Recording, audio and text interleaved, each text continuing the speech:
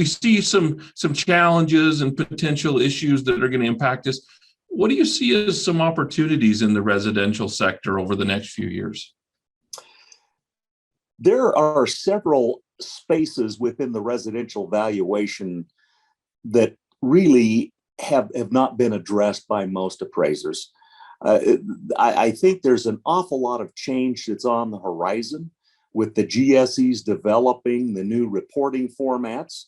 That's going to change the way much of the appraisals are communicated to their clients. I think for the better. I've sat in on a committee where we've been able to provide input as some of this is being developed. And I think you're going to see a lot of this information become more modular, become more property specific based on the individual characteristics of the area and the property. And so the traditional form that many appraisers have become accustomed to is going to change a fair bit.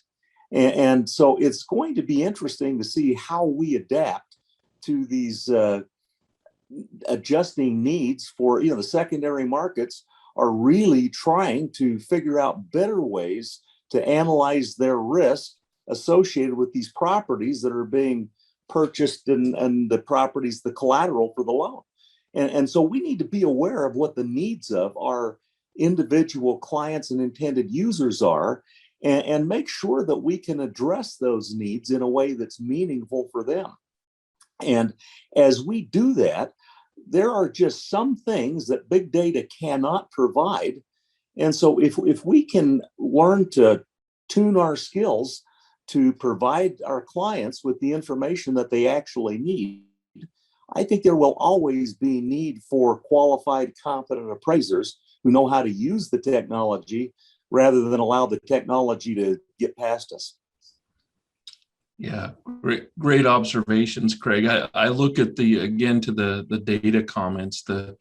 Today with the GSE forms, it's essentially a one-size-fits-all data format and data collection process. We all know that the risk dependent, there can be the need for more or less data in order to form a credible opinion of value. And so I think shifting and changing to new and different ways of collecting the right data to manage the risk is very appropriate. And the data collection is something that lots of different tools and even market participants potentially can do. The analysis of the data and the forming an opinion of value, that's a unique skill, unique thing that's in the appraiser world today.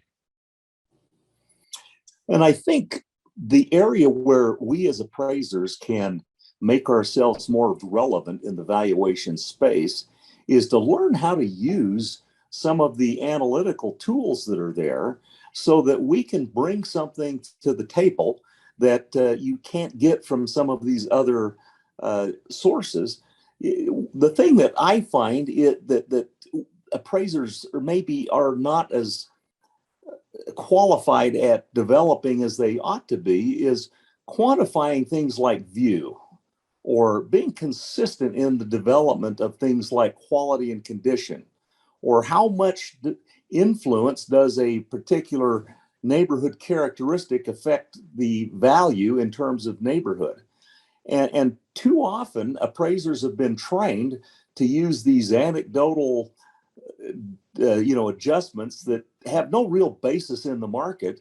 And so if we don't learn how to develop our analysis based on what the market's actually doing using well-established principles, then we may be left behind, or at least those who don't make those adjustments may be left behind in favor of those who have learned how to take more of a analytical approach to taking this data and coming up with something that has some meaningful support, rather than just, well, my years of experience have told me this is what that adjustment ought to be, and most people don't care. Yep, that's a great point, Craig. The days of that are certainly past, and I think in many ways that it hurts the credibility of the profession when we hear of that, even if it's an anecdotal story, because there's an expectation that the appraiser has an understanding of the market conditions and behaviors of the market participants and can objectively and without bias present that information in a way that's useful to the clients that are trying to manage risk. So yeah, good discussion there for sure.